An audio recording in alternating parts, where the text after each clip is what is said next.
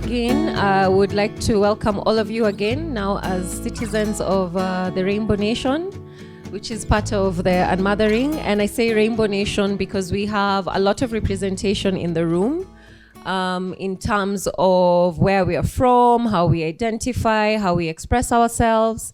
I'll start off with a quick introduction. My name is Maureen. My pronouns are she, her, hers.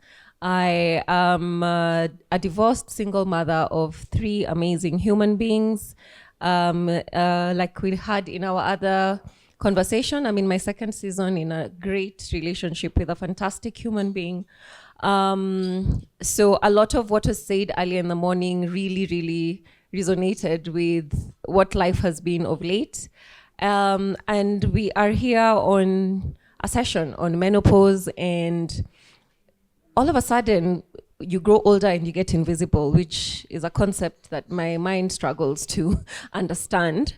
And I want to start with a little story, as I'll give the rest of the panel a chance to introduce themselves. I think it was last month, I went to fuel. And you know the way you go to the fuel station and certain pumps are empty, then you have to wait for the car in front of you. So the first guy in the first place says, sister, ni kama ifanya kazi, enda uko. But there's a car in front of me, so I couldn't move just yet. And then the second guy came and says, Mama, eka gari pale. I was like, wow. In the span of less than 2 minutes, I moved from sister to mama. And I moved the car, but I remember the guy fueling, and the entire drive, I was like, wow, when did I become mama? Story number 1. Story number 2, I'm at Carrefour, and you're shopping, and then you find something faulty with your shopping, you've already paid, you go to customer service, and you're waiting for them to sort it out. And then 2 customer service staff were trying to help rectify the problem. And I think there was crossed wires in communication. The first person who was sent didn't come back with the item, and then the other person is trying to explain. And the guy goes like, ni yule mwanamke hapo pale na wale watoto. I was like, wow. It's no longer about the item that needs to be solved, but I've been identified as, and internally it made me feel some type of way. I asked myself, okay, I am not the youngest person in the room, but those 2 instances really made me feel old. Like really old. And I remember struggling a little bit, going through my photos, you start nitpicking, selfies, how your tummy is showing. It really fucked up with my head for a few days because I could not struggle from that transition from sister to made to mama na wale watoto. Anyway, this is me. We're getting into this conversation today, and I'll hand it over to these 2 amazing people sitting next to me to introduce themselves.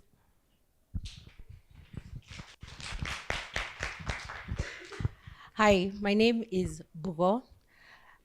Many people call me Kabugo because that's the full name, but I'd prefer you call me Bugo because I am not a small person in any way. I am here to talk about the menopause transition, which is what I specialize in as a healthcare provider. I'm also the founder of the Women's Health Cafe, which is a community of over 1,500 women. Are they here? Well done, well done. Good girls, good girls. So we're 1,500 women plus, actually, we crossed the 1,500 mark.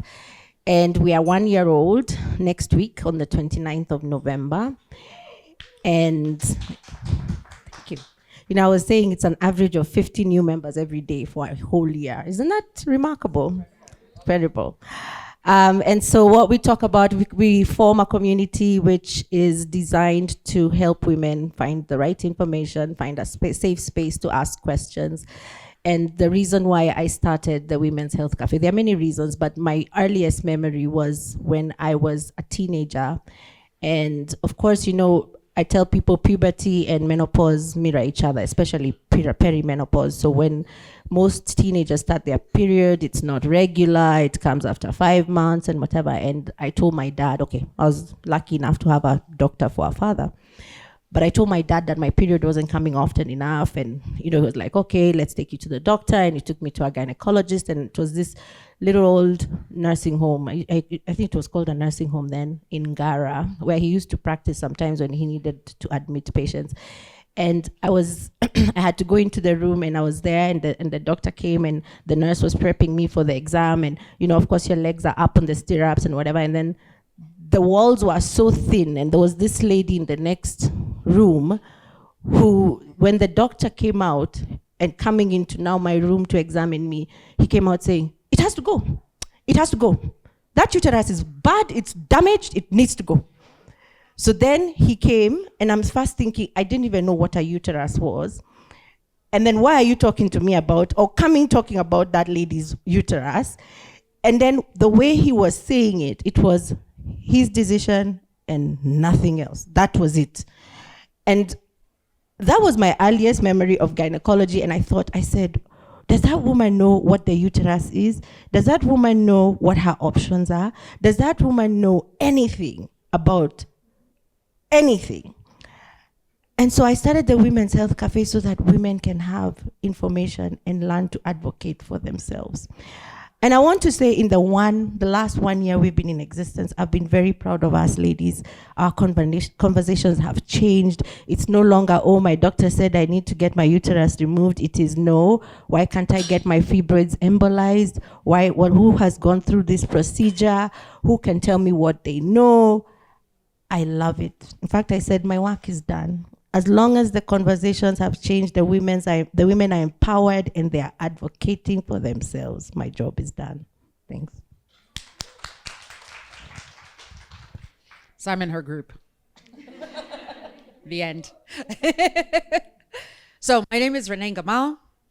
I am 16 years older than I should have lived according to a doctor. So I love that I'm growing older. I am not tripping. I want to be called mama, auntie, nini, and whatnot, because the alternative at 33 was that I shouldn't be here today. And I am acutely aware of that every single day. So let me start by saying this. What hurts you when other people speak is the unresolved hurt inside of you. Let me repeat it for the ones at the back of the room. What hurts you when other people say something or call you something is what is unresolved hurt inside you. All right, it's like they just said, just remove the punches. Let's just start without gloves, nini. Let's gonna do this raw. Says chatting the house rules in here because we intend. I know Bugo, she's gonna say some raw stuff, and so am I. And the hope is not to hurt you more. It is to get you to that place where you own you, because nobody is ever going to give you permission, because nobody should. If they have to give you permission, it means they own you. Now, let me ask you something. How many people do you actually want to own you? I will tell you for free and for nothing, as a divorced daughter of a single mother who is now passed. For a long time in my life with her, I didn't want her to own me because I didn't want her to define me. Because her definition of me would have been to the extent of her knowledge of how to define a daughter. And that would have been based on her experience as a daughter in a time of colonization, when she and her sisters had spent at least 3 years in concentration camp, in actual concentration camp, and then another 2 years in what was an enforced village, where they had to get a passbook signed. I still have the bit of paper signed to say that because my grandmother was of Ethiopian origin, and so they got a pass to say they could grow their hair where every other child had to be shaved. I don't want her defining me. What the hell? She's got enough stuff to deal with and to unmother herself. Why do I say this? Because at 50 onwards, you get to choose who you want to be. I know this because I'm now over 50. And can we be really raw? Yeah, we can? Yeah. Okay, everyone else, hold on to your horses. Take a deep breath right now. When you get to 50, you realize you have very few fucks to give. Like maybe 6 in a day. Now, got 6 fucks. Let me start in the morning. My kid comes into my room. Oh, my friends are in school. They're not talking to me. Okay, I give a fuck. That's 1 fuck gone. Now I've got 5. Okay? I wake up, my body is in sweats, and then I'm shivering because then it's sweated, then I stop sweating, then now the bed is cold. I've got to sort that out. That's 2 fucks. I come down the stairs, my house help has not done whatever she should have done. Now I'm thinking, am I eating this food? Am I not? Those are 3 fucks that I haven't left the house. God damn. Now I've got 3 fucks to give for the rest of the day. I'm not one of them. I have got to decide whether I give a fuck about the Carrefour guy, the fuel guy. I run a business. I run a business where I have 84 full-time staff members. I promise you in 84, and I have 300 freelancers. I promise you someone will have woken up that day and Satan will have gotten them before they left the house. Now I've got 2 fucks left. The joy of growing older, if we were to tell the truth, all of us who are over 50, we know ourselves. Yes, let's just tell the younger ones, because they will get here and they'll be like, what? I don't actually give a fuck. I need to find some fucks to give. Is that you can get to the point if you allow yourself the liberation of really not giving a fuck. And when you do, you give it to what really counts, because at this point, I'm beginning to get liberated from my periods. I am also beginning to get liberated from parents who are dying and people who I'm now having to care from. I'm being liberated from children who have been my life, who are now beginning to create lives of their own, which means that I have to define myself inside of this new body that is very much like the new body that I got as a teenager. And I've got to live in a world where I may not be the belle in the room. When there is someone hotter, younger, tighter, fitter, with a flatter stomach and less wrinkles or whatever it is, and it's the opportunity in the chaos of that blankness and that darkness to redefine who I am. I used to pray that I would get to 30 because I thought at 30, first of all, I'd have my own money, which was very important. Number 2, I'd be on my own in every single way, and I thought that was true liberation. Then I turned 50. I was like, but hey, why are there no books about this? This point, if you choose and you allow, because now I know if God is kind to me, I've got 30, maybe 40 years in a relationship with my teeth. After that, it's 50-50. I may or may not have my own, or the ones now that I have to buy. Between now and then, because mortality becomes a reality, between now and then, I get to choose who and what I give a fuck about. And since I have to give a fuck about my kids, I have to give a fuck about the house help, I have to give a fuck about what they're doing at work, I've got to give a fuck about my body, that leaves me 2 fucks in a day. I'm sorry, you can't be one of them. Because if you are, then the first 50 years of my life did not teach me anything about this amazing thing called life as a Black African female. Hi, Catherine.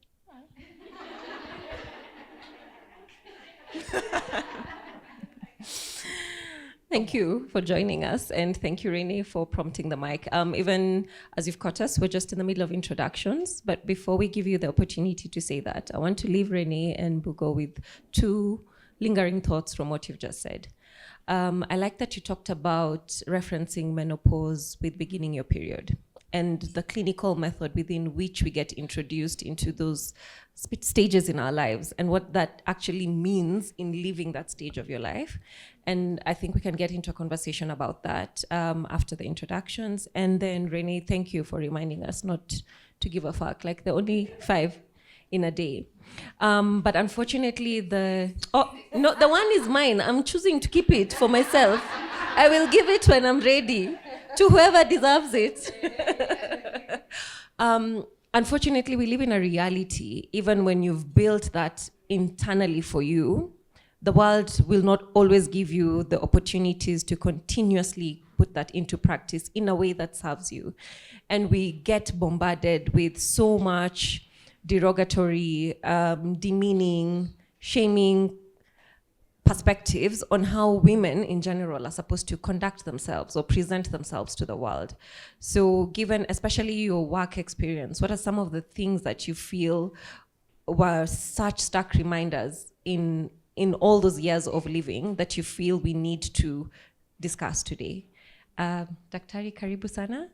This is your opportunity to introduce yourself in whatever way, shape, form that you want to, and to meet our audience. Karibu. Good afternoon, everybody. Yeah, so I'm Dr. C. That's my dynasty name, I say. Yeah, a lot of you may know me as that. My full names are Dr. Catherine Masitsa. I am founder and CEO at Samantha's Bridal. I recently became a winemaker, Samantha Wines. I hope some of you have tasted. Yeah. So I am an entrepreneur. I'm a mother to a little girl. She's growing. Since anyway, this may be recorded. She's turning 12. This is 2024. She's turning 12. Yeah. I'm a wife. I say that I'm a daughter. I am a powerful African woman from Kenya to the world. Yeah, and if I am to describe myself, introduce myself with all the things that I do, I hope it will unfold. It will take a whole day. So I suppose I'll stop there, and as we speak, I will unfold.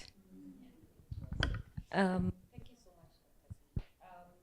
I think what I'll leave with food for thought, and we'll get back to, is I remember when you started Samantha Bridal, we didn't have anything like that in our space. I think the closest that got to was maybe True Love. We grew up in the era of parents where you have, the man standing, the woman sitting, 2.5 children on the cover. So Samantha Bridal was like mind-blowing. And I think you did the first bridal expo we've ever had in the country. That was breaking a lot of barriers in your time. And we are speaking about, in this session, how life experiences, like Renee has reminded us, build who we are, determine where we are now and where we are going, and looking back in that time in terms of the expectations that were upon you, given all the roles that you play in your life. What are some of the things you feel like helped you just not give up on your dream? Because we are told as a woman, maybe at that time you're supposed to be at home focusing on your husband and raising your children and not growing this business, the expectations that could have been there. And I ask this because when we look at getting older and how society continuously defines for you as a woman how you should be, how you should look, how you should speak, what you should be doing, Yeah. So, Kabugo, Renee, who's ready? I'm perimenopausal. I don't even remember what you asked me to remember. So I'll tell you what I want to tell you. So I was invited here to talk about menopause, a transition that every woman will experience. Every woman will experience it in her way. No way is the same way. And I was earlier I said how puberty and menopause are mirror images of each other, because in puberty the hormones are starting to go up, and then they peak at about late 20s, and then they start going down. So every time women tell me, I tell women, oh, you need to join the Women's Health Cafe. Oh, I'm not there yet. I'm like, it's already on the decline, right? So as long as you're in your mid-30s, you belong in the women's health group. But I want women who are younger. I'm looking for women who are younger. I'm encouraging mother-daughters in the same space so that the girls can hear this information sooner than later. And so with this transition, and like I said, it starts mid-30s, where now your hormone, estrogen and progesterone, even testosterone, start to decline. And I want to refer to Renee's conversation, because estrogen is also the hormone of giving fucks. So when it starts declining, you have less fucks to give. It is also the hormone for nurture. And that's why when you're in your 30s, you're happy to be a mother, you're happy to be feeding people, nurturing people, whatever. And then there's a point where you stop giving a fuck, even for nurturing your children. So sometimes it can be overwhelming. I tell people that when my mother was going through menopause, which she never talked about, I was going through puberty, and our relationship was horrible. And my dad, fortunately, being a medical doctor, he knew what was going on, but he didn't know how to do this. Like my daughter here, my wife here. And it got so bad that by the time I got 18, my dad told me, I pick my wife. I pick my wife. So this you versus her thing, if I have to pick a side, I pick my wife. And it was really powerful for me because he picked the right person, right? Very powerful for me. So I say this even to I have a teenager who's 16, who, by the way, will be good for your daughter because we are teaching them the same things. Josie, yeah, we can talk on the side because he has a girlfriend that I'm not too comfortable with.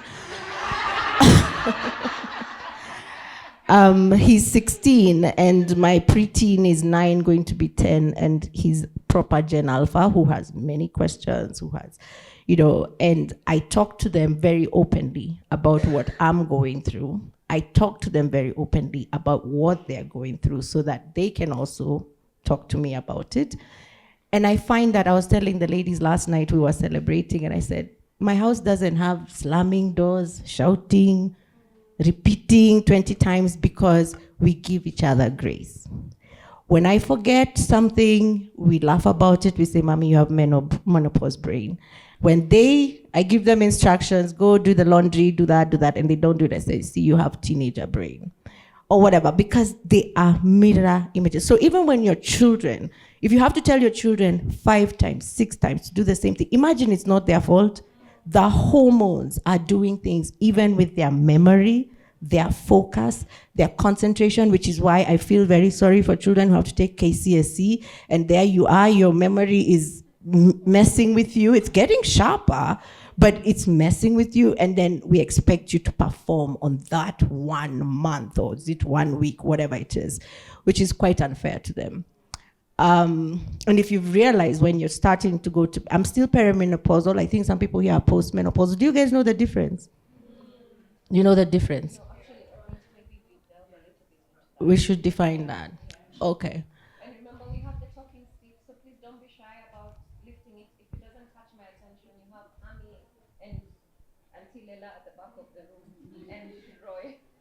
Yeah. Okay, so the interesting thing is that you're never told when you start your period that they're going to end. So you just think you go. I remember my son asking me, does Shosho have periods? And that was also a good conversation to have with him. But nobody tells you, but in this lifetime, we have about 400 to 450 periods. So I said, if somebody had told me at the beginning, I would have a calendar, 1, 2, 3, 4. And then in my 30s, get this, oh gosh, I'm just halfway there, and then keep on going. But that's about how many periods you have in your lifetime. And when we're born with all our eggs when we're born. And then as we age, they decrease, that And the sharpest decline is in our 30s. So essentially what is happening is we are outgrowing our ovaries. We were not designed to turn 50 and be looking like Renee. We were not designed to do that. Nature had it that we turn 12, we menstruate, we have children. By 20, by 30, you're a shosh, you're out. If you Google, even just whenever you have your time to do that, Google the life expectancy of a Kenyan in 1890.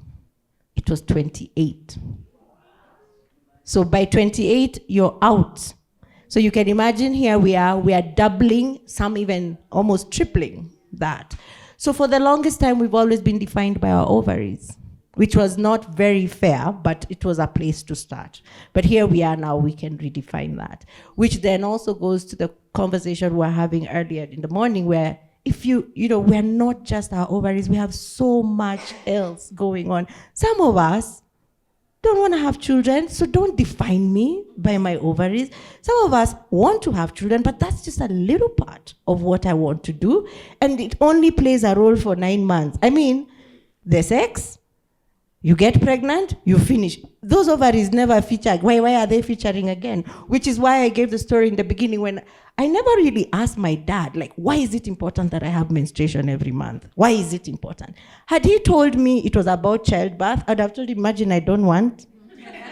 When I never wanted children, I tell my children, and I tell anybody who listens, my children were egg, sperm accidents, who I love.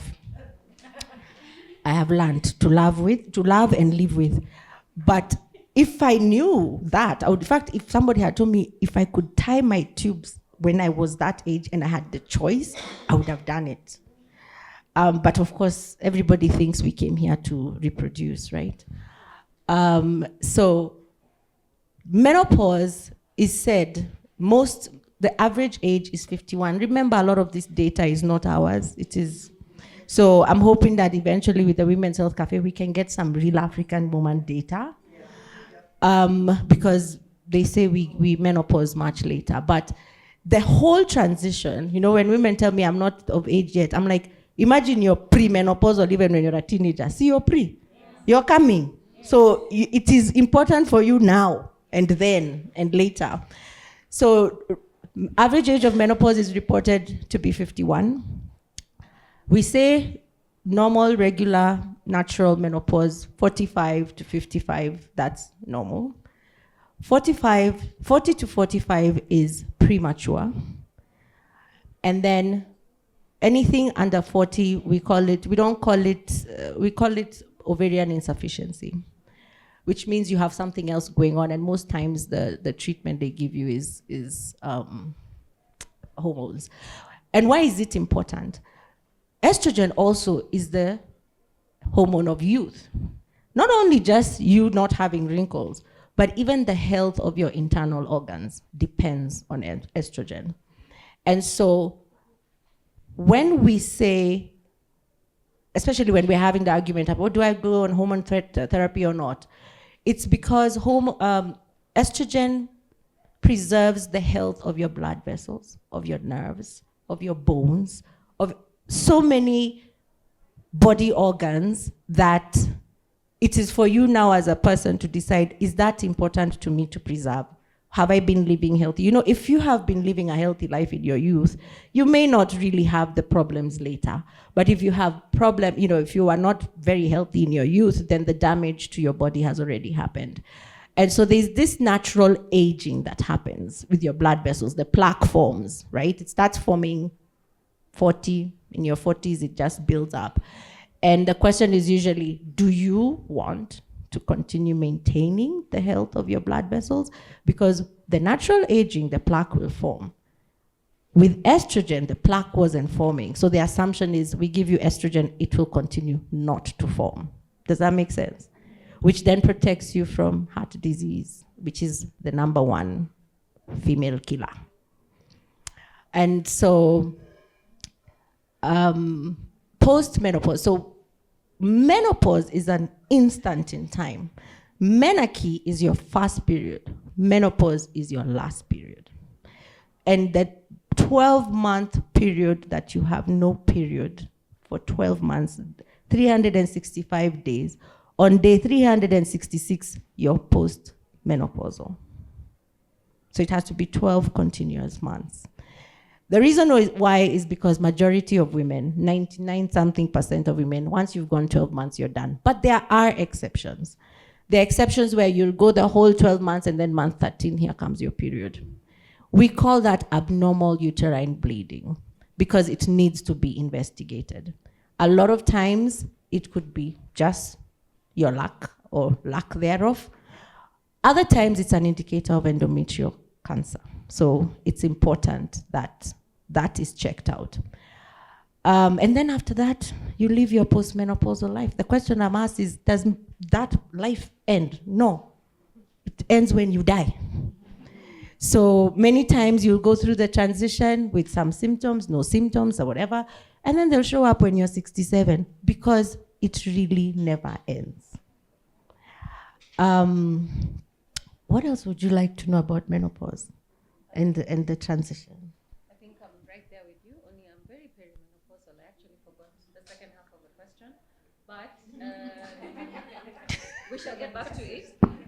But I wanted to say, we live 40% of our lives in the post, so which is a significant part of our lives, which is important to what Renee was alluding to, where you need to define your life and redefine it and make it yours. Now without children, now without whatever, all those other things that used to hold you back or take up a lot of your time. Because many people get to menopause and then they were all about the kids or all about their jobs or all about, and then they're completely lost after that because they never took the time to grow into their new body, their new mind. Even your mind is different. Now the ladies actually, and then perimenopause is actually the most crazy, which is where the women say, no, I'm not there yet. You are so there. You are so going through it. And you're the one who's, very many women don't realize perimenopause, I think, lasts the longest. And people will tell you read books that tell you 2 to 8 years. My perimenopause has lasted 13 years and we are still going. And unfortunately, sometimes, I ask women, how do you know? How many years have you been perimenopausal? I would know because, and maybe I was there before, but I have a singular instance that I remember my body going crazy. I was driving from Meru or Embu, and then somewhere in the middle there, just before you get onto the main road, my heart started beating like it was gonna come out of my chest. And I was driving by myself and I was like, I cannot die behind the wheel. I cannot, and I kept saying, no, I must be dehydrated. It was a very hot day. I said, I must be dehydrated and I'm wearing these scrubs and they're just sucking, all my sweat and whatever. So let me stop, catch my breath. But at this point I was feeling like I was gonna die. And I pulled over next to a chemist and I said, just give me an aspirin. I said, if there's one thing that might save my life right now is that aspirin. And I said, and just give me cold water. And as soon as I sipped that thing, I think in 1 minute, I was fine. And so I'm sitting there on the side of the road. Am I fine enough to drive all the way now to Nairobi or should I call somebody and who do I call? But that was when I was 37. And maybe it happened before that. But guess what? I never thought about it. I came to Nairobi, I went to see the doctor. The doctor plugged me in and she's like, there's nothing wrong with you. And I said, I can't have been crazy. I almost died, And so that's when I started thinking about it. And then I used to have this thought that because all my life, my periods were never really regular, but I enjoyed it. I was like, I don't even need them anyway. And then I got pregnant at 40. And I said, this is some crazy shit right here. And at the time I was getting pregnant, I had not had my period for 7 months. I was cruise controlling, life was good. So when I went to, I don't know if you remember, I'm the mother who had a case at Rusinga over dreadlocks. Huh? So that was the day the judgment was coming in. And I went to the pharmacy board. I am a pharmacist. And to the pharmacy board, I parked my car. I was sitting there, and then this guy, one of my colleagues, was looking into the car, saying hi to me. And I had my scrubs, and they had a low cut here. And then he said, Daktari, hii matiti na hii tumbo haipelekani. Then I said, what do you mean? He said, honestly, your boobs and your stomach, there's something. So I didn't even finish what I was doing there. I was like, oh, fuck. I got out and I drove out and I went to Hurlingham and I bought 2 pregnancy tests and I went home and I peed on the first one. I was like, oh, shit. And as I'm peeing on the second one, the lawyer is calling to tell me the judgment is in, or the child can do, I don't know what. I was like, imagine my fish are so big right now. This is the list of my problems. I don't even care whether the child is going back to school or not. We have bigger fish. So I took myself to Nairobi Women's. And I prescribed my ultrasound, and the guys are like, okay, daktari, hii mimba ni ya wiki ngapi? I said, sijui. And they said, kama unasema hivyo basi hii ni mimba ndogo sana. Enda pale ukunywe maji, ukunywe, your bladder has to be full. So I drank like 6 cups of water. And when I get to the table, and professionalism and bedside manner is not our forte. So the guy goes and puts the probe on my stomach, and he says, ala, daktari, tumekutesa bure. Huyu mtoto ni mkubwa. I said, you mean how mkubwa? He said, 18 and a half weeks. And that is how I found out I was pregnant, 18 and a half weeks. And I remember going to the doctor and I said, you don't even need folic acid. You have crossed that barrier. You can't even consider abortion. You have crossed that barrier. So let's just now bring forth this bouncing little man. And anyway, he's 9 now, going to be 10. But those are the things that perimenopause does to you. You're like, okay, no periods for 7 months, great. Then they come back like murder scenes, right? Then you're thinking, oh my goodness, you're wearing diapers, you're wearing 3 tampons, there are those women who go through that. And of course, that is no way to live, women. And that's why we have the Women's Health Cafe. That is no way to live. I was telling somebody, I said, I never stained my dress as a teenager. I've stained it several times in my 40s. And men, other people will look at you and like, look at this one who can't manage herself. But remember, they come whenever they want, how they want, with their ancestors. So perimenopause is actually the most traumatic part of this transition. And remember, it starts at 35. Those guys of Sijafika Hapo, when your period starts doing things to you, you have arrived. That's usually the first sign, because people ask me that, what's the first sign? A lot of people, the first sign is your period that starts messing with flow and duration. Yeah. Thank you so much, Kabugo.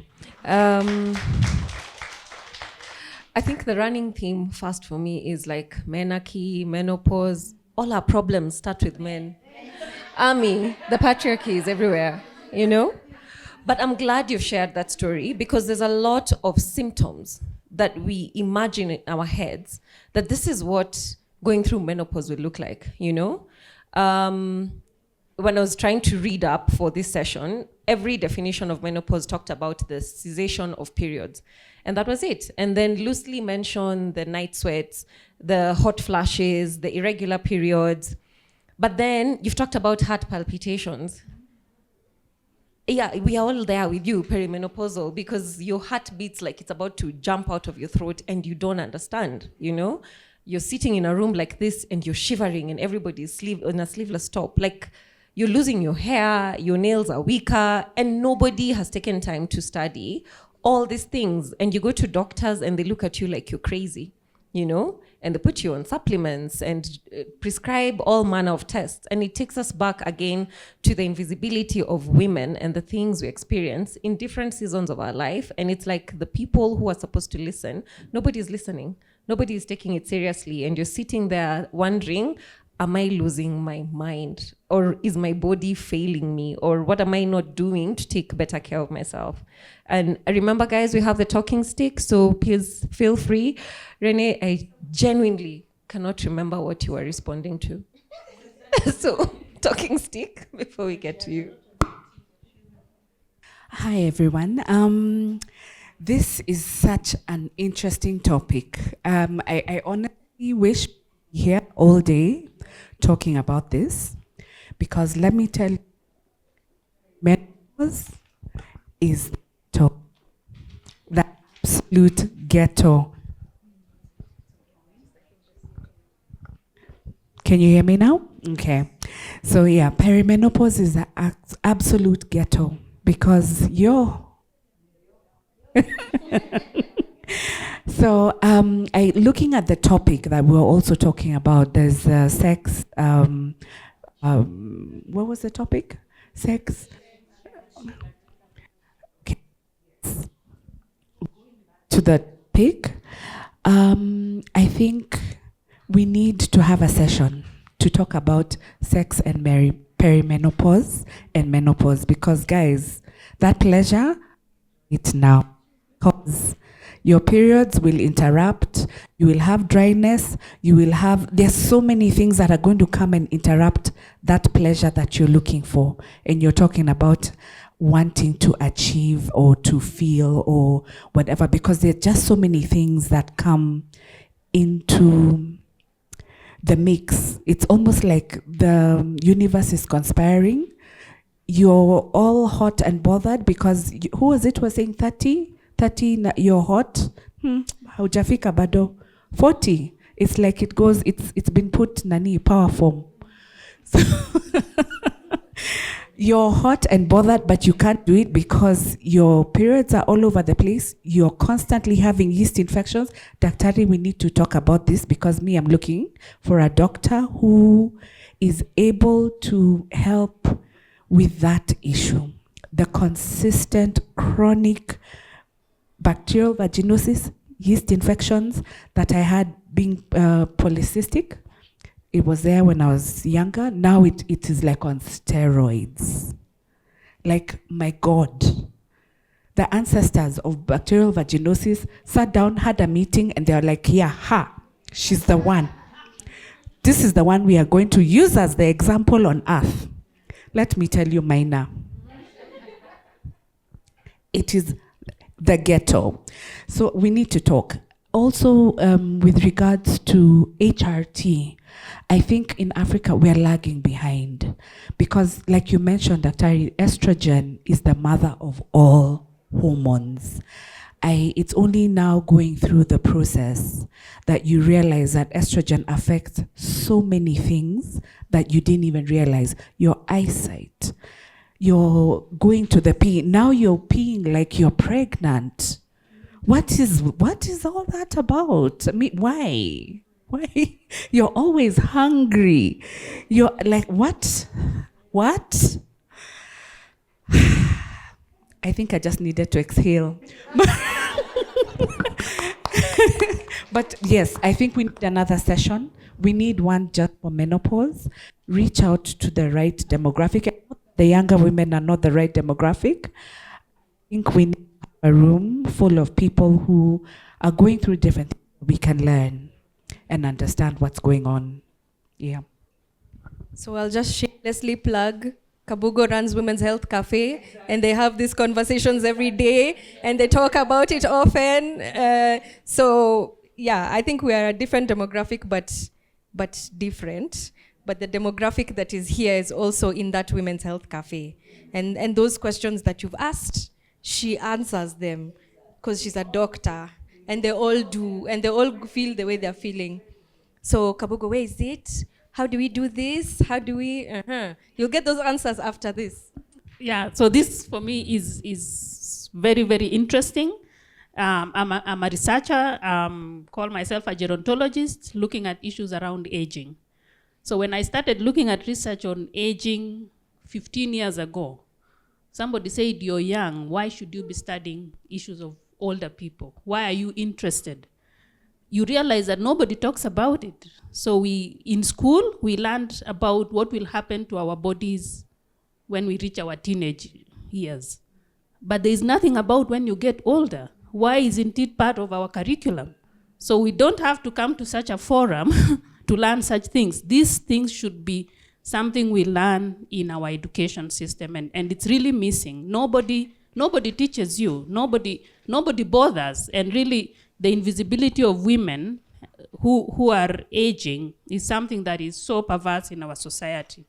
So we talk about even pushing boundaries. I mean, you've put one question there about an example of an older woman who inspires you. The woman who inspired me also to do research about aging was Wambuyo Otieno. She pushed boundaries about aging and partnership.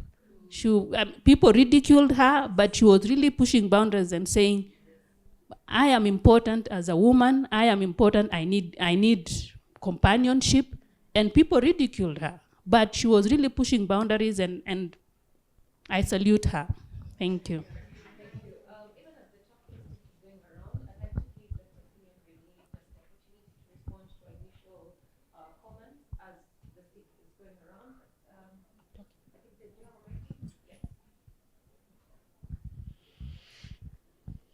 Okay, so wow, so many things. Happily, my peri or certain menopause trick is to write down notes so that I know what question was asked, what I need to respond to. And I'm probably the pushback girl in the room. I've always been.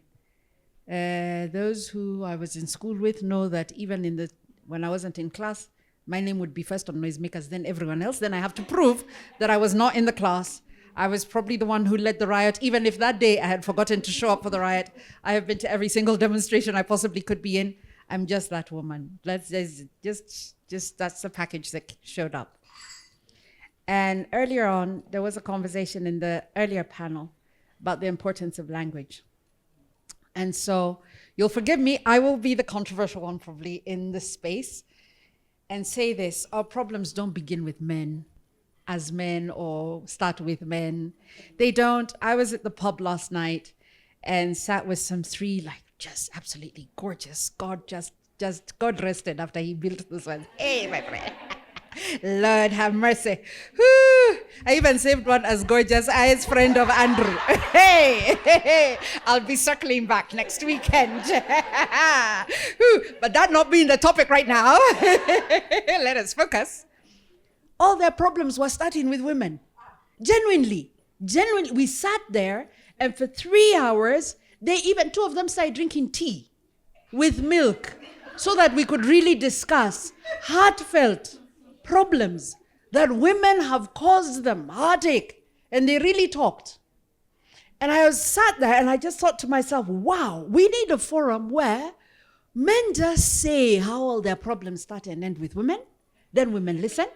Then women say how all their problems start with men, then men listen, and we might just find that we are so busy in our bubbles creating a construct of rivalry that does not actually exist in a reality where everyone, no matter how we are born or placed, wants clearly about three things: to be seen, to be heard, to be accepted, and if you can just throw in to be loved in a language that they understand, we would all make the world a better place.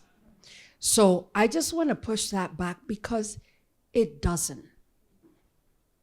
And having said that, the question around what the society reminds us of, or what the society expects us to be, and things like those expectations for me create an opportunity.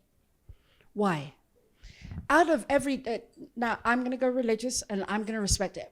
Whatever your religion is or your belief, or if you don't have any, that's fine as well. But in every creation story, in every invention story, in every revolution story, starts in a moment which we call quote unquote darkness, which is chaos.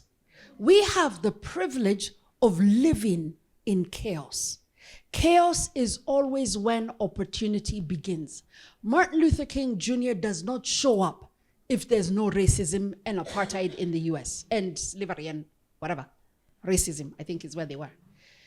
Wamboyo Tieno does not show up in a society where there's an acceptance of women no matter the age and the stage where we are. Name, favorite figure of yourself, just tell the person next to you, does not show up. What's the invitation here? For us to show up. Is it going to be chaotic? Of course it is. It is the very definition of why we are here at this age. I sit in panels like this. You know why? Because I've got my daughter sat over here, there, and I don't want her at my age now to live in the world I live in.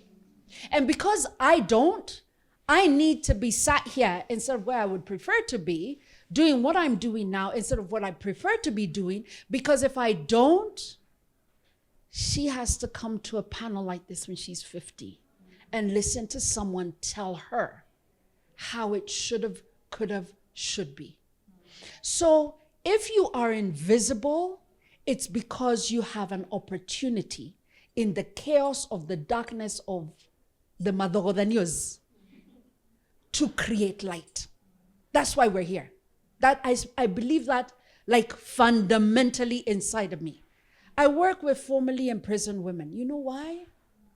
Because it's such a space of the chaos to create, to see, to reconstruct, to redefine, first for myself, because they challenge me every single day about how I see that demographic, but to see them beyond the story of the moment of the experience that they have had now, to see in that chaos of a system that throws people away because they are poor and because they have made a mistake, but we will remind them of that mistake forever, to create and co-create with them, with us, something that has never been seen, heard, felt, smelt, dealt with before. If that doesn't jazz you about the mess that you're in, then your mess will define you. You ask me, what are the stark reminders of how we should be as women? The stark reminders of how we should be as women are the opportunities to create what we want, because if we don't define it, who are we waiting for?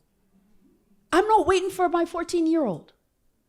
By the time she shows up at 50, the general demographics that the doctor will tell you, that kind, DYDX, I'll be in a hole or possibly with my body burnt up. Let's be really clear. So I won't have the benefit of her revolution. But if we get it right in this room, we here get it right in this room, she and a granddaughter, hint, hint, who she will name after me, hint, hint, hint. Yeah, I'm still traditional in some kinds of ways. I've got a preferred name, by the way, that I would like. Then she will have the opportunity to one day sit here and speak about a grandmother that she is named for, who was Wamboye Otieno. She'll have an opportunity to speak about a grandmother that lived in her village who had been scarred on her chest so that they could reduce pregnancy. Then don't worry, by the time she's 30, they'll be praying the blood of Jesus over those scars so that now she can have children.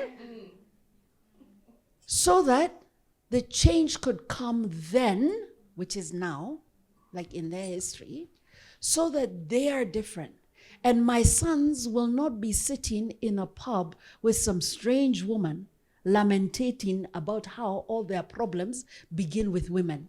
And my daughters will not be sitting in a room the morning after lamenting about how all of their problems start with men. So allow me to redefine something just for this time, and then we'll go back to like how we are, normal factory settings. We'll reset shortly thereafter. Ooh, I told you it's chaos. Allow me to invite you to, with the permission of the dear moderator and the organizers, that for the space of the next 45 minutes, we have a conversation about how it could be if we showed up. If we showed up crying, upset, hurting, redefined, scarred, weak, unseen, invisible. If we showed up not because of who they say we should be, but because of who in this room we define ourselves to be for the next 30 minutes. Then after that, we'll go back to factory settings. We'll just go back to being our normal selves. Or maybe we won't. Or maybe we won't. Or maybe we'll join Women Health Cafe. Or maybe we will do the next big thing that, comes to us. Because if we don't step up onto that plate of the chaos in which we are finding ourselves now, we will have been useless to our own generation. And what a way to have lived, and what a way to have died. Ni hayo tu kwa sasa. Thank you, Renee, and I think we are going to take you up on that challenge. Only now it would be 45 minutes. Reminds me, 35 minutes.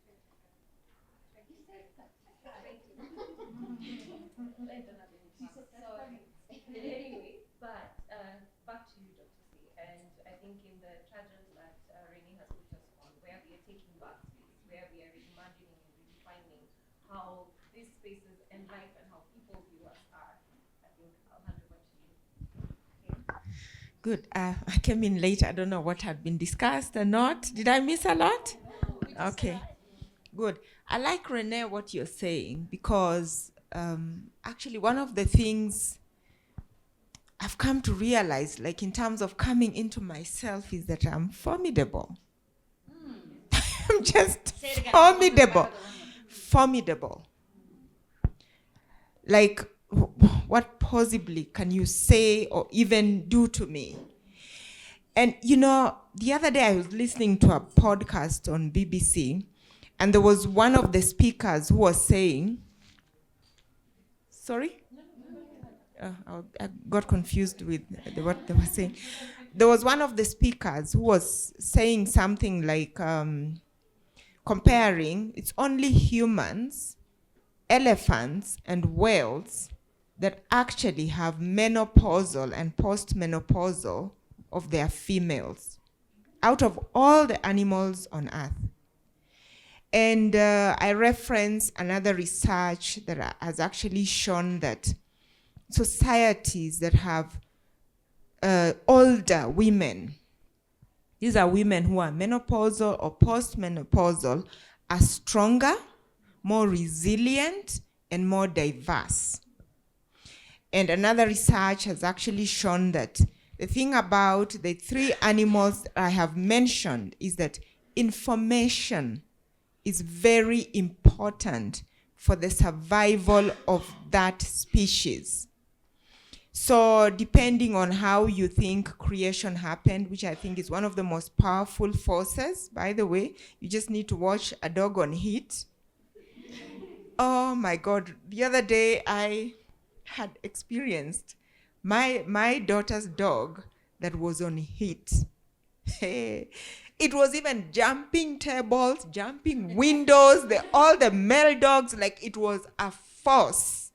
Like you sit here like this, it has escaped. You don't even, like it is such, creation is one of the most powerful forces. But for these animals that I'm talking about to survive, they need to rely on information that is passed on from one generation to the other. You know that elephants remember.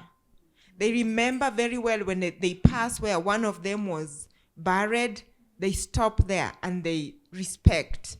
Yeah?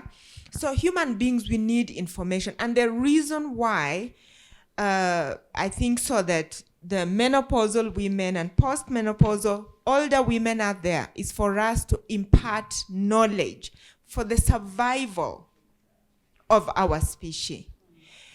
And one of the things I have also come to realize is that actually the problem of Africa, particularly Africa, and even the world, we can end all these poverty, all these problems, if only we recognize the mature woman, the postmenopausal woman.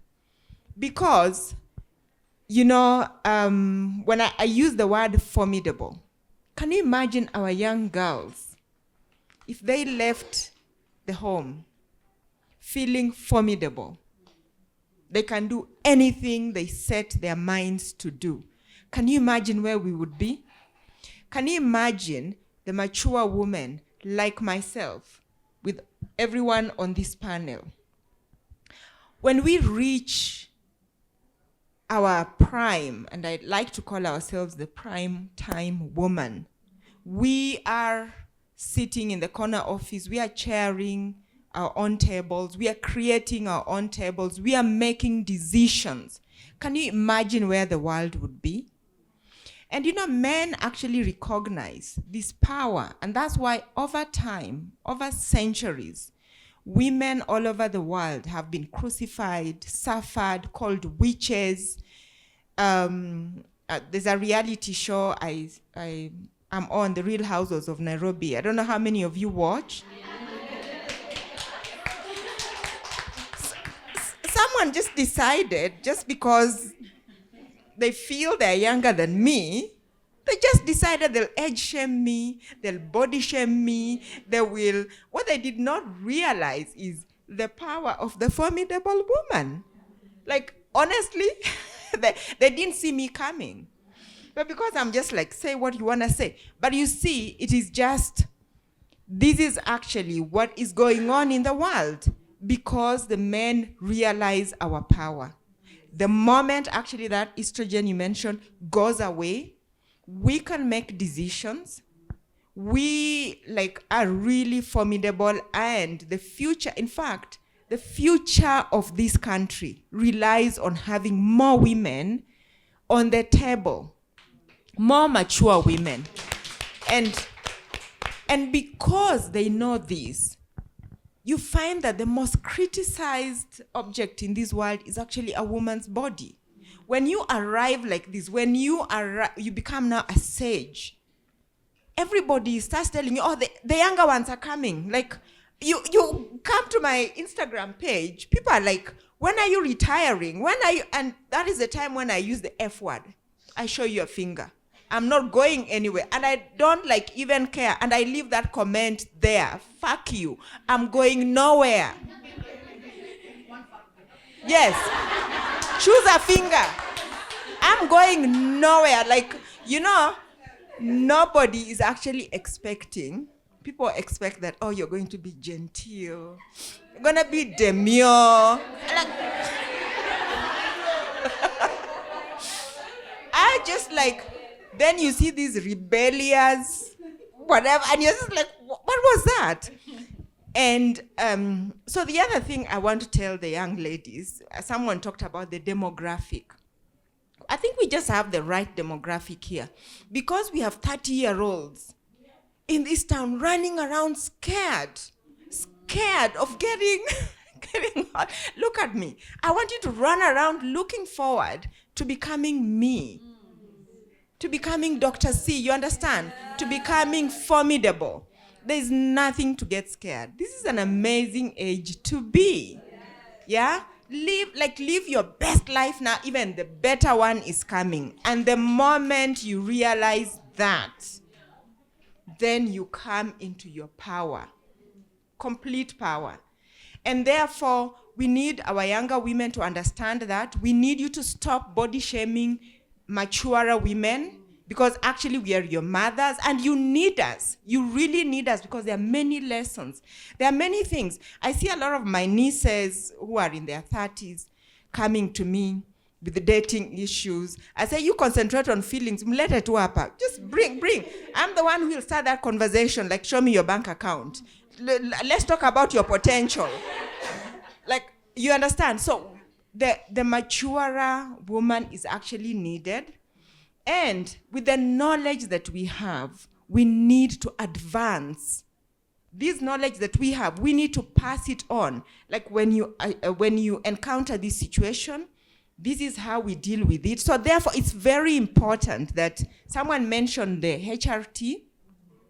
There's a lot of study that has actually been done. So it's really important that we can take advantage of the medical advancement that is already there so that we can live longer. My mother actually died of a heart-related problem just, I think, 2 years ago. And because I think in their age, there was a lot of bad talk about HRT and whether we can take advantage of that or not.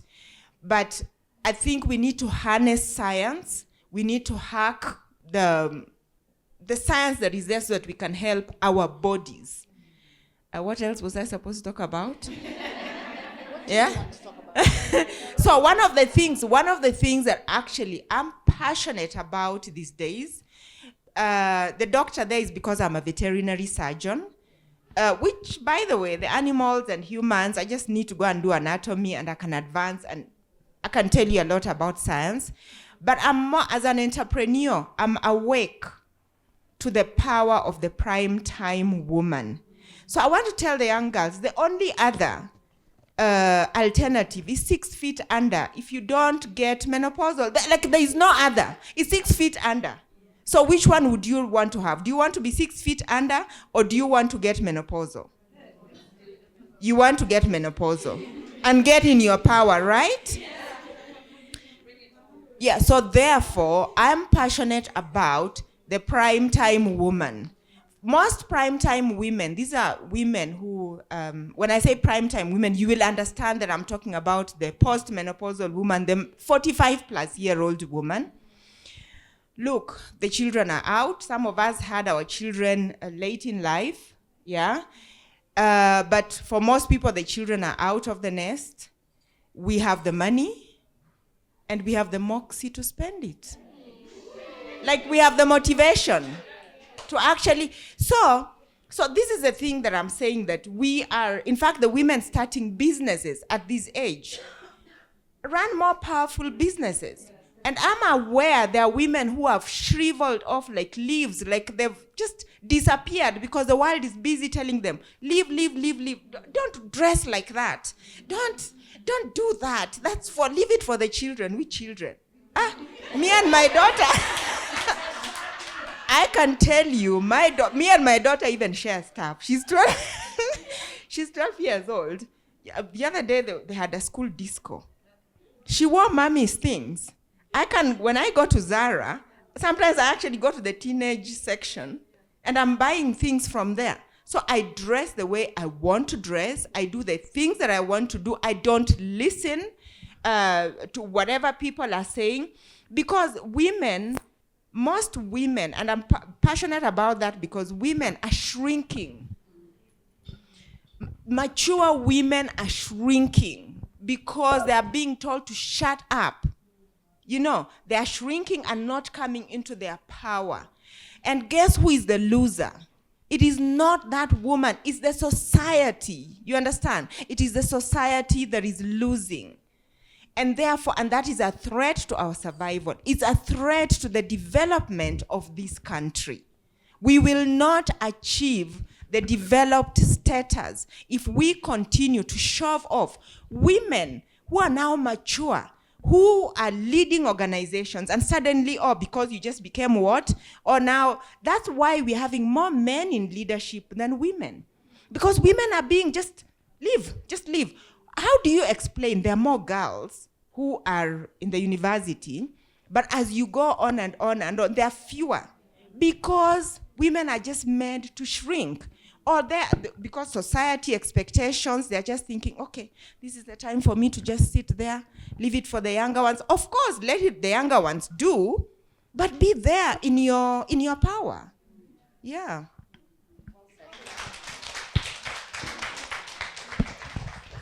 I think I can speak on behalf of all of us and say that we wish Dr. C was the formidable rich auntie we all had growing up, you know. While you're there dealing with your feelings, she's doing balance and checks of, can you take care of my child, you know? And she has moxie. And moxie Yes. to do it, yes. But thank you for reminding us that we are formidable. And I think we tend to forget that, especially if circumstances around you make you or perceive yourself in a certain way. And that's seasonal, but then we are formidable. And thank you for reminding us that. I think I'll hand over to Ami on the talking stick and time. So we have I think we have like 10 minutes left, and we have 1, 2, 3, 4, 5. Wow. So do you want to hear all the questions and then respond? Or maybe comments? we hear all the questions and then their response will be part of the wrap up. Okay. Yeah. So mine is a comment. So, hi guys, I'm Felicia. I am perimenopausal.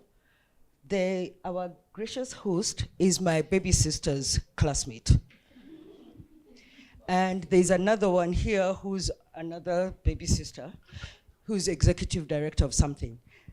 I will tell you about perimenopause by starting with meeting Jerry, who I know from social media. And when I saw her, I started crying. I said, it's so nice to meet you. And I cried. That is the hormones doing their thing. Okay? That's how it comes.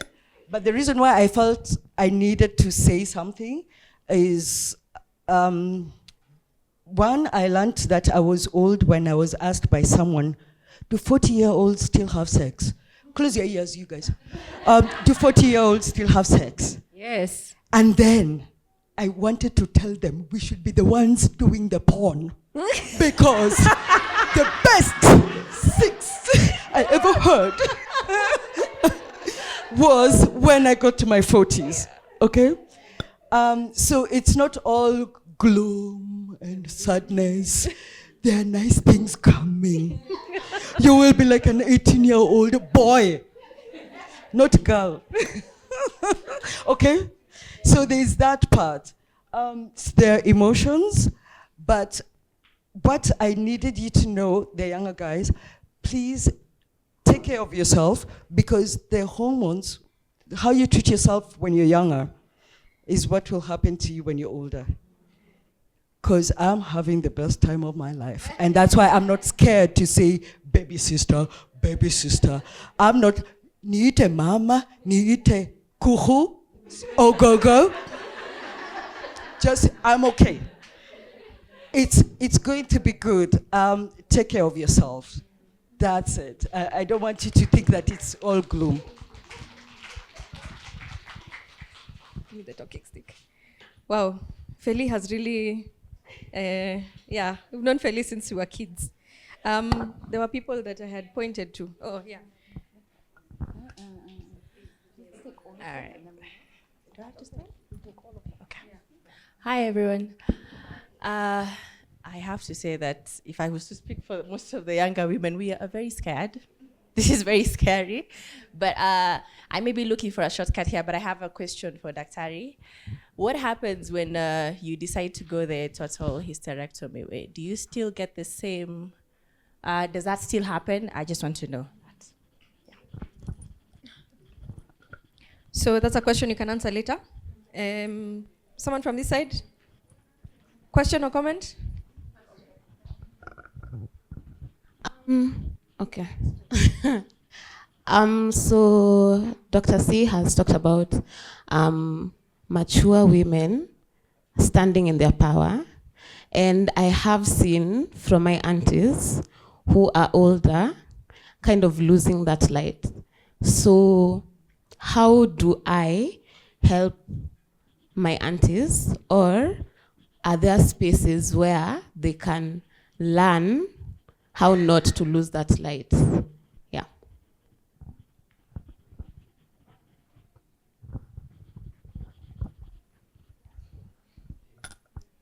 Thank you. Thank you very much. I think this is probably one of the few times I've laughed so hard about menopause rather than whining about it. So I really must thank all of you. And I don't know if there is anyone in this room who's a grandmother. Is there a grandmother? Oh, nice, nice. Thank you. So when my grandchild was on the way, I started deliberately defining who I was and who I wanted to be.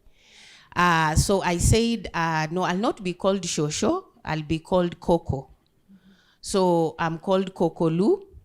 I revolutionized myself, got a haircut. I had been having locks for 7 years. I started, and although I've been working out, but I'm very deliberate on that, taking care of myself, what I eat.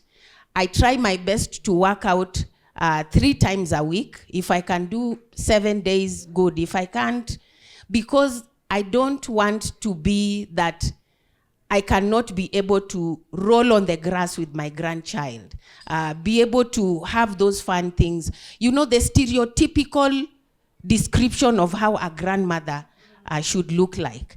And then I have deliberately been having conversations with my family, from my husband to my children, about menopause. When I'm hot, I'm hot. And I fun myself, and I have a little fun that I zoom around, you know, and it has really helped in terms of the conversation. And even in the office space, and maybe the panelists can share something about that. There is this conversation Daktari was talking about, you begin fading away. And in the office, it can also, in the workplace, it can happen. people speak over you. When you say something, you are not taken seriously, and we call it woman speak. The men want to say the same thing you have said, okay? And then it looks as if they are the ones who said the point. So just learning for us to really exert ourselves, even in the workplace. And I'm so encouraged by the panelists saying, we have to get our voice back. We have to get our agency. So thank you very much. For me, this has been awesome. I agree with the lady at the back who was saying we need a whole day. We have barely unpacked. So thank you so much. Thank you. So can we take one more? Great. Thanks so much. Thank you all and for putting this together. My name is Natalie. Renee, it's really great to meet you in person. I always just hear you on the radio. So in my family, I would say I'm the liberated darling, but at the same time, I'm surrounded by a mother and aunties who are, and I say this very humbly, hot and bothered by the fact that I travel when I want, I do whatever I want when I want. But at the same time, I'm also cognizant of the time that they were brought up. Most of my aunts gave birth between 16 and 22. I'm now wrapping up my 20s, and it's just like, okay, on one hand, we love that you're doing what you love, but the clock is ticking. And then, as has been said, there's also the element of older women feeling like, they've been made to shrink themselves or to feel like, society doesn't want you around. So it's also building up on a question that was asked, how can I, sort of leverage my liberation to support my aunties in understanding that they still matter, and I don't matter more when I give them a child, and stay true to who I am, even as I'm, gently supporting them in the journey that they're on. Thank you. I think we're done with the questions. So, questions, comments? There, which I think is like one of the hottest things in the room. So, I really think so that, so you want to know your aunties who are faded away, and which is more or less the same thing, but now from yourself. So number one, the women, we need to understand that there is science and the human body has not actually really changed. So there is biology. There is the biological clock, but harness science. You can harvest your eggs and store them and have children at the time when you want to have. So it's important that we actually get that our bodies will change, and a time will come when you no longer produce the eggs. So save them so that you take back that time. Now, about the women losing their power, how can we help? The first thing is, you should never ever sit in a room where you feel a woman is being body shamed, she's being shoved away, and you keep quiet about it. For the people who are asking, why did I bring that coffin on that set? This is the thing. It's because we are letting down. Women have died in centuries. In Kenya today, all over the world, for us to enjoy the freedoms that we have right now. So never ever sit on any table. You must speak up and stop everything. Like, stop. It's an emergency. We must address that. Okay? If you see somebody doing that, even in organizations, you speak up. That was my point. You have to bring the younger ones. You have to support other women. This is the only way that these women can. Now, your aunties lost their light because for centuries, for years, they are just following a script that has been written. Like, this is how you dress, this is how you talk, you don't speak up. In fact, when dowry is being negotiated, you go and hide there. Hide where? I'll sit on that table. You understand? So it's the tradition. Some of those things no longer serve us.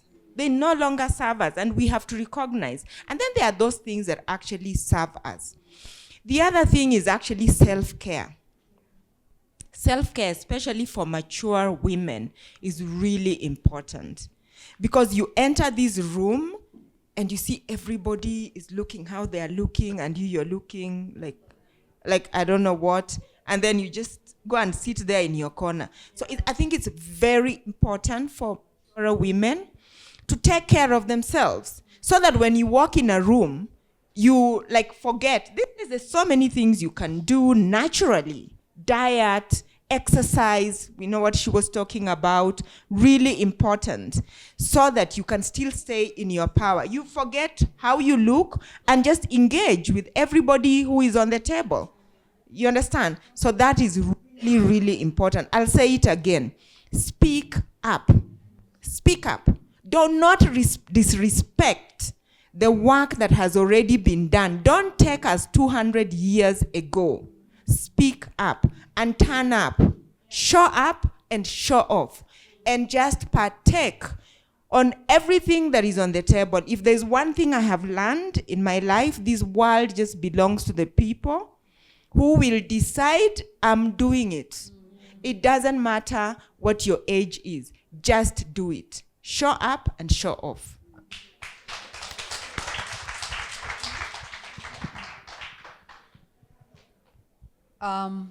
Parting shots. Okay, so first, in answer to the comments and the questions, and thank you so much. I'm really an honor to be in this room. I'm really feeling kindred spirit. Burn something down now. Felicia, I wanted to tell you, you think you have 40, you've got the best sex? Hey, let me tell you, when you pick a 50, hey, hey, hey. Woo. And let's all take a moment of reflection now. Jesus. Hey. And then I spoke to an aunt of mine who said, no, wait, the periods end now, because there's no panic that some random period can take you back to diapers. I was like, hey, yeah, really? And I take very much, so, but here's the thing that I can tell you. So I run a medical care platform, and we deliver healthcare to homes all over Kenya and Juba in South Sudan. And I can tell you that I have learned this. Every age, we are completely, we don't care your age or stage. And I can tell you that I have now learned this because I'm really interested in this space. That sex is in the mind first. If you don't deserve it, you won't get it. I mean, very many things are in the mind, but sex certainly is. I can tell you from the men's side, because we do a lot of laser therapy work for pain management, and the same thing that works for pain management apparently works for hard-ons. So, but it doesn't matter that the mechanics are right. If here it's not, it won't get up and it won't stay up. Okay, so this is for the men. And likewise, so what I've learned for me is, if I'm not right here, it's not going to happen. Firing will not happen, or I won't be interested enough. There's biological bits, and I'm not discounting that at all.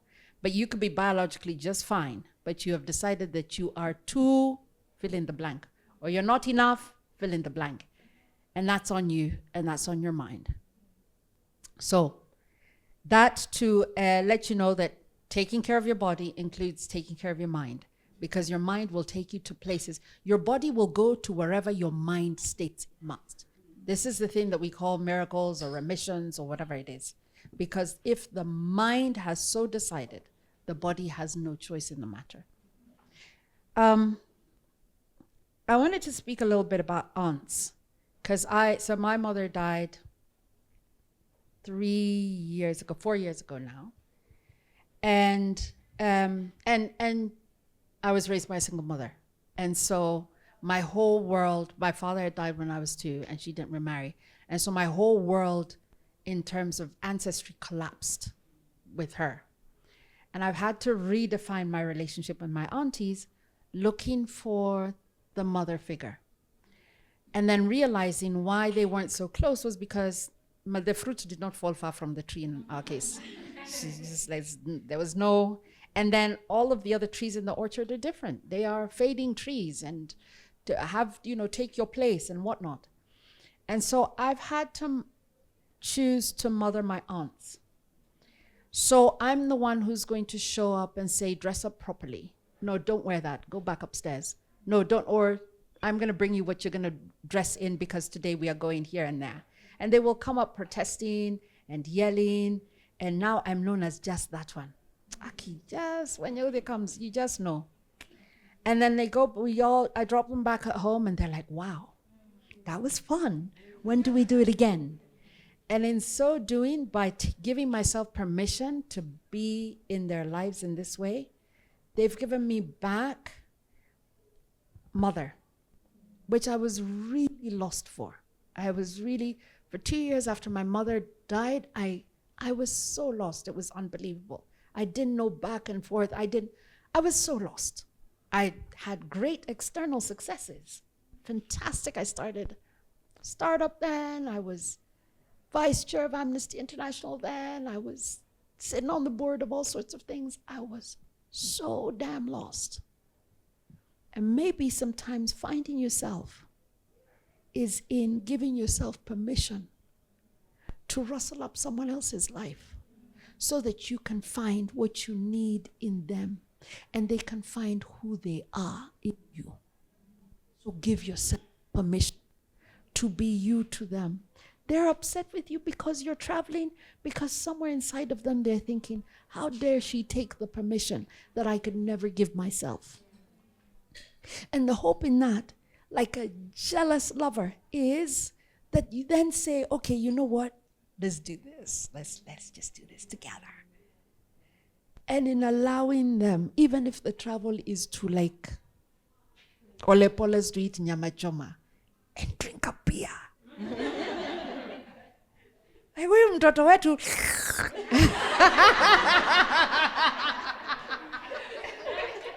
na usirudie next week.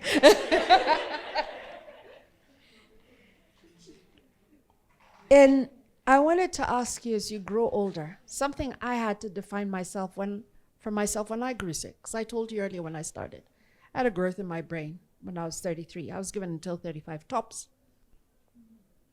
And no children. No children, and don't try. You need to just fight this condition first.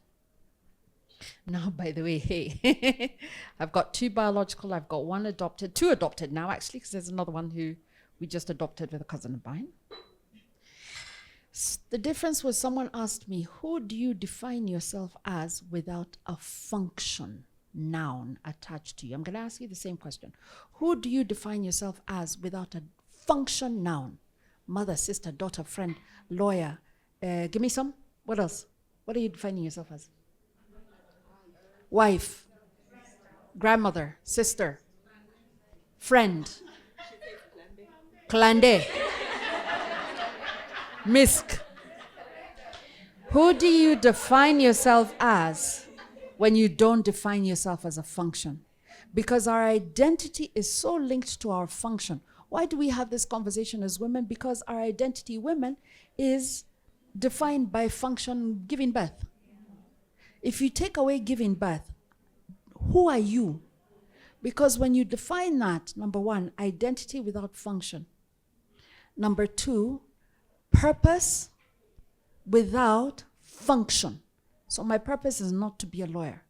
Everything that I've done, being on radio, being a lawyer, being in oil and gas, being in banking and financing, working with formerly imprisoned women, starting a medical startup, everything is because I realized my function. And my function is not any one of these things. These things are means to an end. By the way, if next year you hear that I've started flying a plane, just know that me, I'm still in purpose. me, I'm clear about what I'm doing. It's just I needed a plane in order for me to get to where I'm going.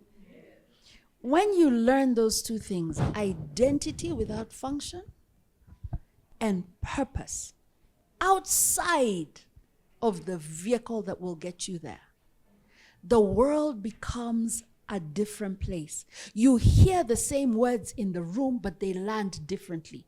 Because for you, they land as opportunity. At every moment you think, this thing, the only question is whether it's an opportunity for me or whether this is an opportunity for someone else. I need to build that person and move them. I'll tell you for free and for nothing, I was never starting a medical startup. Never, ever, ever. forever. Except I work with some women who, when I scanned the main thing that gets them into trouble, if they're caring for their children, they're caring for their education, they're caring for them where they're going to live and what they're going to eat, and they're caring for their health care. I could find someone who could sponsor education. I could find someone, if we start and grow the businesses, they will be able to feed themselves and put roofs over their heads. A medical bill shows up, we're back to square zero. I went and spoke to the doctors. I said, listen, I've got this massive plan. I drew it in a sketch. This is what we need to do. We're going to break this medical thing. We're going to embed healthcare financing. We're going to go to the banks and the MFIs. This is what we're going to do. This is how we're going to deliver it. We can do this everywhere in Kenya. Have you finished talking? Because us guys have now seen this thing and this thing is not done. And so we're glad. And you're not even the doctor, so I don't know how you... So then I thought to myself, you know what? Because my job is one. I only do one thing. I'm really clear on my purpose. I'm going to start the medical startup myself, me, with my D in biology. All I need to find is doctors who understand this thing and who can follow what I have told them to do. And now we're in 2 countries, 47 counties. By March next year, I need to have hired 700 nurses. Me. The daughter of who? My last name is nothing. I come from nowhere. By the way, people don't even know that. Even when I tell them the village I come from, they're like, where? The only thing that makes us popular right now is that there's a mission hospital near where I come from.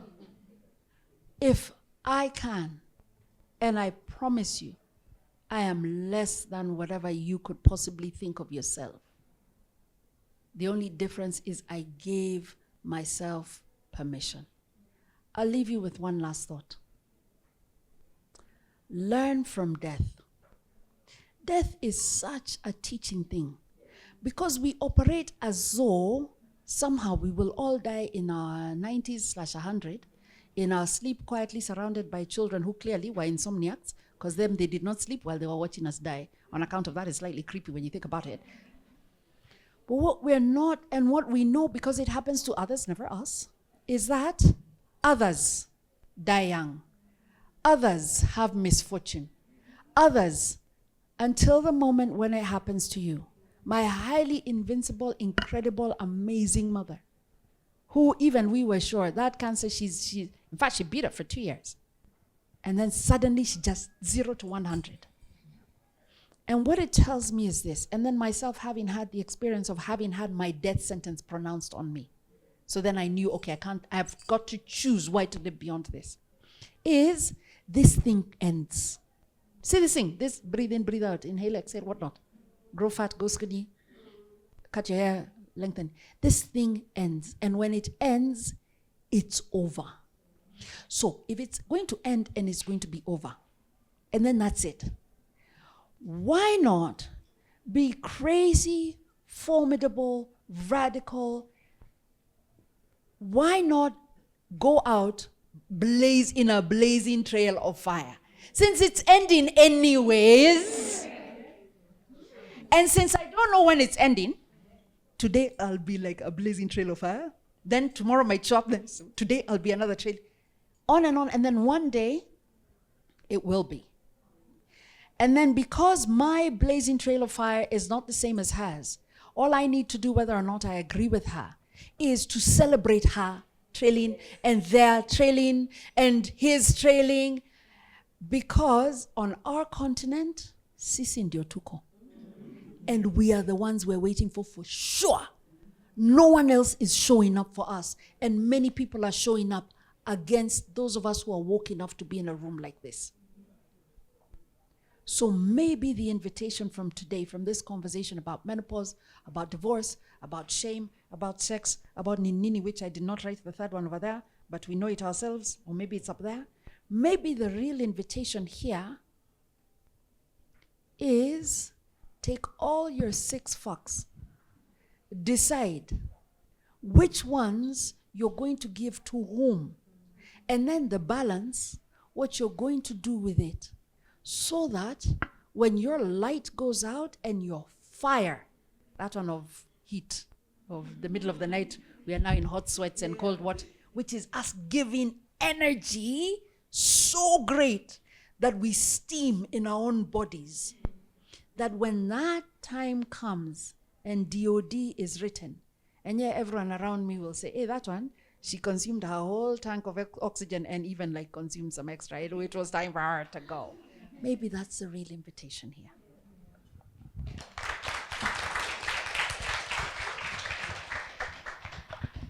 Hey, I don't know if I can back those two, but let's see. Let's see. Let me find my inner inspiration. So there was the question about what happens when you have a hysterectomy. So usually there's different reasons for the hysterectomy. Either there's something going on with the uterus itself, or you have fibroids so bad that they keep recurring. You've had myectomies, which is the removal of the fibroids, and many times they grow back. There could be many reasons. And a lot of times maybe we feel that there's a risk for endometrial cancer, so we just, some people opt to take the uterus out. Now, that is a very controversial thing because, again, we've always practiced bikini medicine, which just means your ovaries, and beyond that, we don't care. And so when you get your uterus removed, a lot of times, not recently, but in the last 20, 30 years, they leave your ovaries intact so that you can continue having the benefits of estrogen and progesterone. What is interesting, though, which I'm a member of the Menopause Society, which is a North American society. I'm licensed in the States, so a lot of my things are on that side of the world. And we've been asking each other, why is it that when women have a hysterectomy, we only replace the estrogen? Because we only cared about the uterus, right? But progesterone has so many other body functions. Progesterone is good for your neural health. Progesterone is good for your immunity. Progesterone is part of your bone building process. Progesterone. So I'm like, so why haven't we been giving these women progesterone when we're replacing their therapy, their hormones? So there's a lot that's going on that we are trying to fix and change because we have done women a lot of injustice. But I hope that answered the question about why they remove the uterus and what happens. So you don't go into, before when they would take out your ovaries, you would go into sudden menopause. Now that they keep the ovaries, then it's gradual. You usually will go through menopause a little earlier, but it's still within that window. Does that answer your question? Okay. And that's why they kept the ovaries, because women were going into sudden menopause and it wasn't favorable for them. But remember, we were caring about the uterus. So let's leave the ovaries, but uterus, and only give estrogen, which is also an injustice in itself. I'm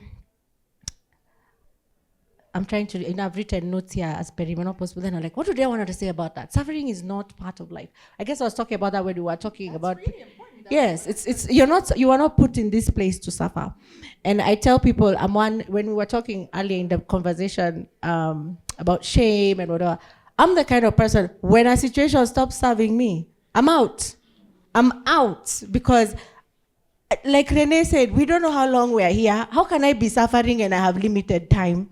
I don't suffer unnecessarily, and I walk away without an apology.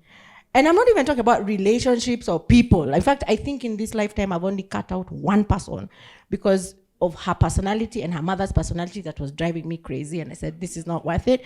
I usually keep a lot of my relationships intact. However, when my marriage stopped serving me, I looked, I said, imagine it's been nice. Okay, if I had to do it over, I'd do it with you.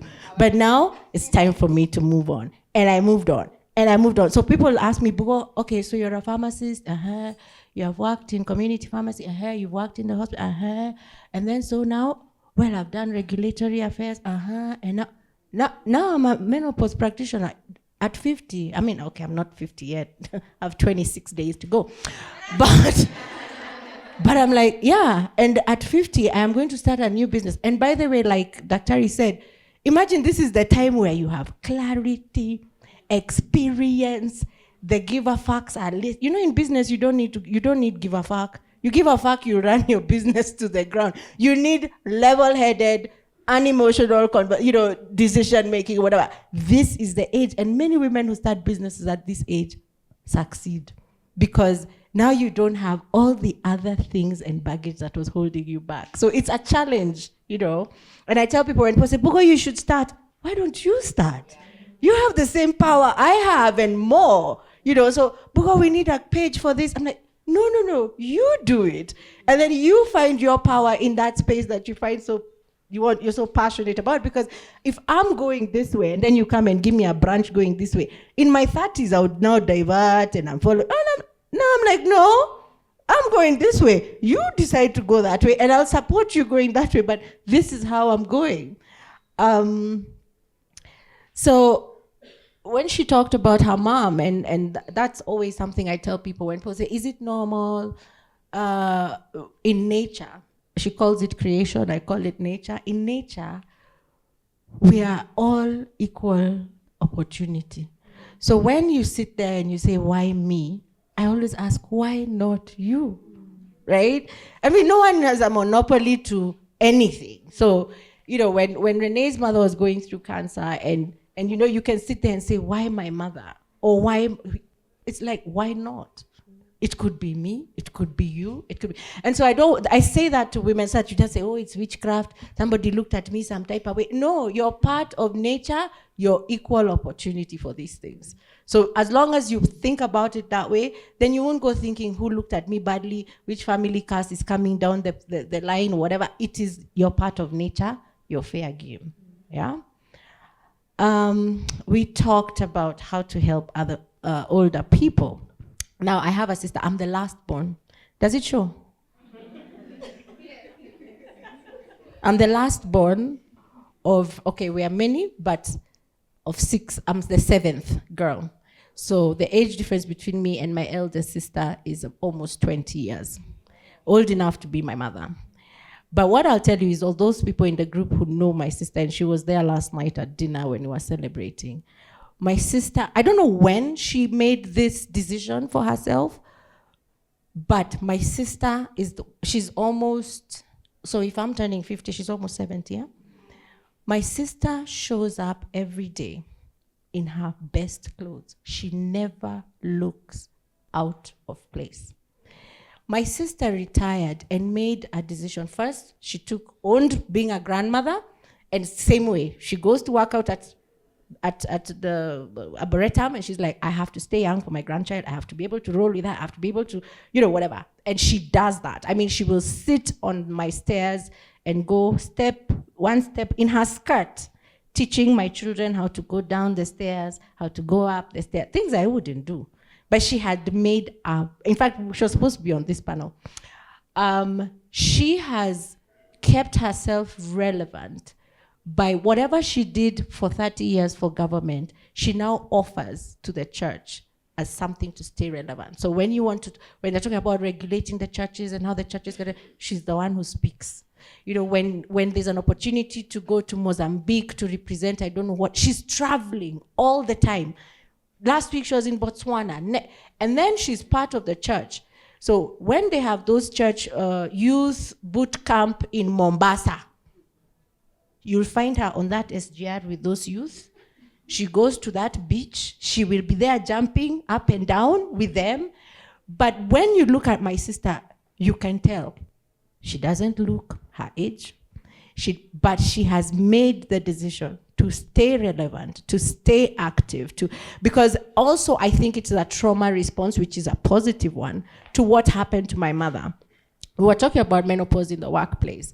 When you're going through, especially the transition, and remember it's a period of time, in that period you start exhibiting symptoms that even you can't explain. Here you are in the boardroom, you've always been the fire girl, and you had come to this meeting with this point you wanted to put on it, and then in the middle of your sentence it goes whoop, and then now you start looking incapable. Oh, this one doesn't remember anything. Oh, this one starts sweating in the middle of whatever. Oh, whatever. And that transition pushes so many women out of employment, so many people out of work, which is why we have to talk about it, because I train businesses on how to put in menopause policies to support these women, because look at us. We have 25 more years of productivity before now we even say, now let me just be working out and eating, and then we'll just live the rest of our lives. But productivity, we have so many years left in us that this is the time to embrace us. This is the time you need us. You need our experience. You need our exposure. Some of us are so exposed that, even as internet is available to the youth, they have no idea what it is that we know, that they can't see. So I think it's a decision everybody has to make at this point. And my sister always tells me the reason why she comes for each, I know she loves me and she's very supportive, but she comes for every event. And she told me, because your age group and your events, Bugo, are full of so much energy, positivity, youthfulness, mind stretching. There are conversations she would never have with her age mates. She's like, some of them are, they've given up. And when I had a menopause talk with her classmates from Alliance, there were about 15 women, and about 7 or 8 of them agreed when one of them said, I died when I went into menopause. And I thought, you're saying that? And she said, it's okay, I feel it, but my husband, of course, now the husbands are now getting to a point where even they're going through their andropause, and what do? They discard their wives and get younger ones. So you can imagine what that leaves that woman feeling. So it's a decision you'll have to make, and start now and start doing what you need to do now, and know that even if you get to that age and your husband decides, you can't make anyone do anything. If your husband decides to go on and get you've already defined yourself outside of, I am so-and-so's wife, and that's the end of it. As Renee was saying, there are so many other things that are about you. And then those who tell you the clock is ticking, thank you, Dr. for saying that. I had always said I didn't want children, and I knew I didn't want children. And but I had, I'm the last born of how many sisters? So everybody would have a child and they're like, you don't know what you're missing. How do you miss something you've never had? And I'm like, no, I'm not missing anything. I'm quite okay. And I was doing what she's doing. I was traveling the world. I was married. So I was, security and all those things. I'm like, this is the life. And then, why? We can have, who had children the other day at 60? The lady who was the HIV champion, right? That lady, right? So science is working for us now. We are no longer aging our ovaries and whatever. It's okay. Let me freeze my eggs. Let me freeze whatever. We'll deal with it in 5 years, in 10 years. Because sometimes those decisions, you could feel differently in 5 years. So give yourself that opportunity, because nobody also tells you what kind of a responsibility parenting is. Yeah. I mean, especially if you want to do it consciously, let me tell you, it can engulf you. And at the same time, I'm telling you, take care of yourself, self-love. When I have to blow my nose and blow another nose, I have to brush my teeth and brush another set of teeth, And even when I had my first one, I was done. I was like, not another one. Then now you see my story. I wake up, I'm 18 and a half weeks, right? And you're like, okay, now here comes another one. And it is work, and it is tedious, and I wish it was taught in school so that you can go into parenting knowing what is coming, so that you can choose. Do I want to have one?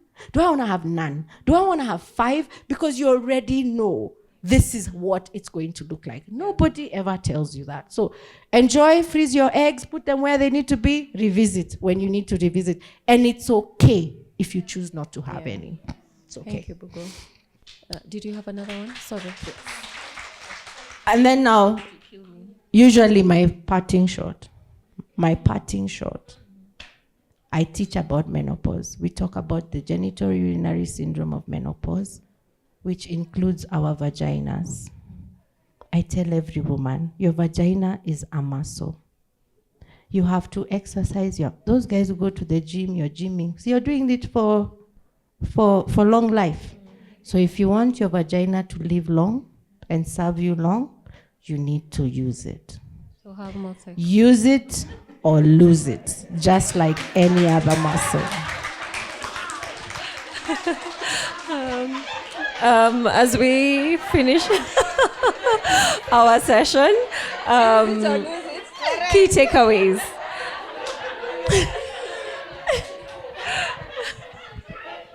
As we wrap up the session and thanking our panelists, we need to remember to be formidable. Don't sit outside when dowry is being negotiated. Step into your power. Ask nobody for permission. Carry your auntie for nyama choma and drinks at Ole Polo's, even if she's kicking and screaming. Suffering is not a normal part of life. We are not put in this life to suffer. And me, as the queen of soft life, those who know me I don't like suffering. Suffering is not a normal part of life. Please exercise your vagina. 40 plus and above, we are having a really good time. Practice now, otherwise you lose it. Ni kama sabuni. Everyone except Renee's daughter.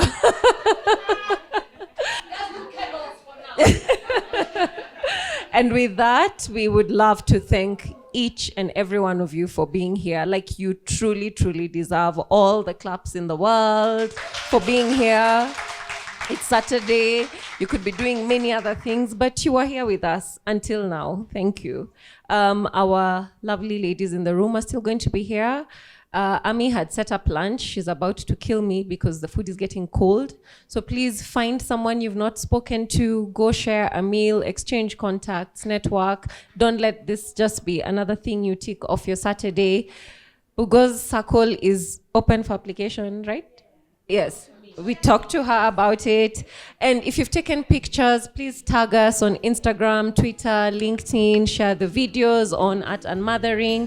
You could also scan the QR code. It's active. It'll take you to all our social media sites and our website. And thank you once again for being here, and have a lovely afternoon.